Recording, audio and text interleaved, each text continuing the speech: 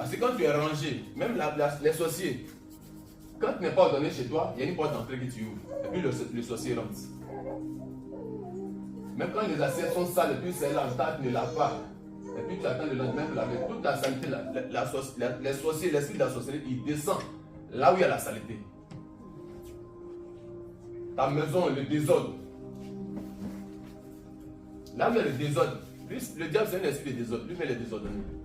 Donc quand il y a le désordre, il aime ça, il aime les gens qui sont désordonnés. Les gens qui aiment remettre les choses, ce qu'il peut faire aujourd'hui, il remet ça à demain. Bon, demain, il va le faire, le lendemain arrive, il y a la lourdeur, il y a la paresse, la fatigue, la nonchalance, et puis il est là. Bon, il va faire ça, puis d'autres mains laissent leurs vêtements même dans la machine, même dans un seau, la puis ça date pour finir, il jette ça. C'est ce que le diable veut. C'est les portes d'entrée. On doit s'arranger à ce que la maison soit en ordre. S'il faut intercéder pour que vraiment le Seigneur vraiment commence à toucher, visiter tes enfants, pour qu'il remette tout en ordre, fais-le. Parce que ta maison parle de toi-même. Tel que ta maison est, c'est comme ça toi-même tu es. Parce que toi-même tu es aussi une maison, l'habitation de l'Esprit de Dieu. C'est pourquoi les démons aussi habitent les différents corps. Pour ceux qui sont possédés, les démons sont à l'intérieur. Parce que c'est leur maison. C'est à cause de toi ta conduite, à cause de comment tu marches, ce que tu fais. C'est en fonction de ça, ils restent là. Mais si tu commences à t'ordonner, tu commences à bien faire les choses, les prières que tu commences à faire, quand ta vie de prière commence à monter à une autre dimension, il y a des auto-délivrances qui se font, sans même que quelqu'un ait pris pour toi. Ça dépend de ta connexion, ta communion avec le Seigneur. Ce n'est pas tous les hommes, c'est pas pour tous les hommes de Dieu que quelqu'un prie. Le Seigneur lui-même là, il impose, le Seigneur lui-même touche des gens qui reçoivent leur délivrance. Il y a des anges qu'il envoie qui opèrent des délivrances. Amen. Donc c'est par rapport à notre conduite. Il n'y a pas de fétiche ni sacrifice. Il n'y a pas de miracle dans ça. Avec Dieu, quand tu crois, tu obéis souvent à ce qu'il te demande de faire. En tout cas, personne ne perd. On voit ses enfants. À cause de ses enfants, lui-même il va mourir. La manière que tu les as éduqués, c'est comme ça qu'ils vont marcher. Quand ils meurent, maintenant toi tu vas te mettre à regretter. Et puis le plus, c'est les enfants que tu aimes plus, ou bien l'enfant que tu aimes plus, c'est cet enfant-là même là, qui te fout la mère. C'est lui-même qui crée des dégâts. C'est lui-même qui crée des dégâts.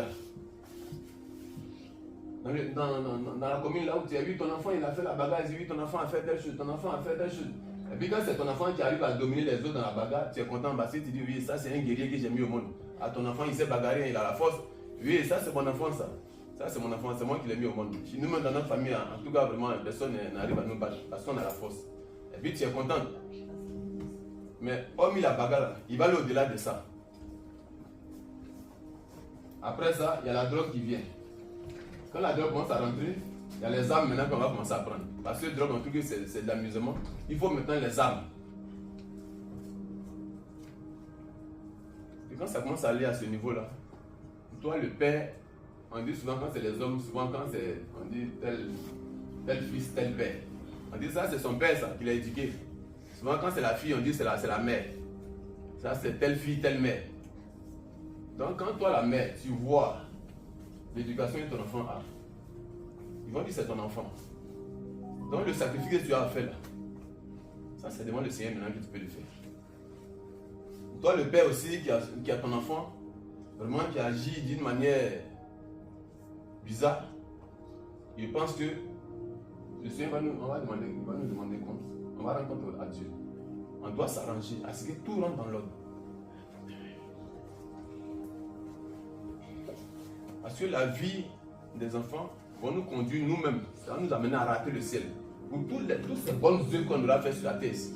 Dieu va dire, il ne te connaît pas. Oui, tu as été bien, tu as soutenu beaucoup de personnes. Mais ceux même qui t'ont donné, qui sont sortis de toi, tu n'as même pas pu arranger leur vie. Tu veux aller où? Donc tu mets des enfants au monde qui vont aller en enfer, puis toi tu vas aller de l'autre côté. Non, arrange-toi. Parce que vous devez aller ensemble.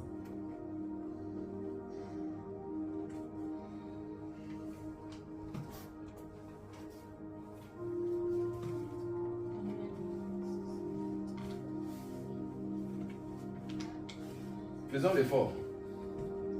Le diable il ne combat pas les musulmans, ni les bouddhistes, ni les autres. Mais toi qui dis que tu as la lumière de Dieu sur toi, c'est cette lumière qui va éteindre. Donc c'est toi qui combats. Si quand tu es dans une église de sanctification, où on parle de la sainteté, où tu veux marcher dans la justice de Dieu, dans la droiture de Dieu, crois que c'est-à-dire que tant que tu respires sur cette terre-là, quand tu combats le diable, il te combat. Même si tu ne le combats pas, il va plus te combattre. Tant que tu respires, tu es encore là. Tu dois forcément mener le combat. Ta vie de prière, tu dois la mettre en marche. Tu dois commencer à te mettre en marche. Cette paresse, cette lourdeur, cette nonchalance, cette distraction, qui arrive à avoir le pouvoir sur toi, tu dois commencer à chasser ces choses. Si tu n'arrives pas à prier, il faut dire aujourd'hui c'est fini. Le temps est déjà fini. C'est le dernier temps, il dit, s'il est en train de retarder, s'il tarde encore à venir, c'est parce qu'il nous permet de voir ce temps, ce qu'on est en train de voir déjà. Quand Macron nous dit, la bête arrive, et elle est déjà là. Pour celui qui est chrétien, il doit savoir ce qui se passe. Il doit savoir que la bête est vraiment là. Donc pour les païens, ils vont se dire, lui là, qu'est-ce qu'il dit? Il ne sait pas aujourd'hui de quoi il parle. Mais toi qui lis l'Apocalypse, qui lis la Bible, tu sais que ce qu'il est en train de dire là, c'est écrit. Mais pour ceux qui ne lisent pas la Bible, ils sont au courant de rien. Et ils se disent que bon, c'est que nos parents nous ont mis au monde, on est nés, nos enfants vont nous remplacer si nous on meurt. Eux aussi ils ont des enfants qui vont les relayer, et ainsi de suite. Mais pour toi chrétien aujourd'hui, tu penses à ton âme. Quand tu dors, ton âme sort, tu te retrouves dans les songes. C'est ton âme qui aura des problèmes. Ton corps, là, lui, va revenir dans la poussière, là où il est sorti. Mais ton âme aura des problèmes. Pense à ton âme. Quand tu fais quelque chose qui n'est pas bien devant Dieu, pense à ton âme. Et c'est ton âme qui va payer le prix. Ton âme va payer le prix. Ne venons pas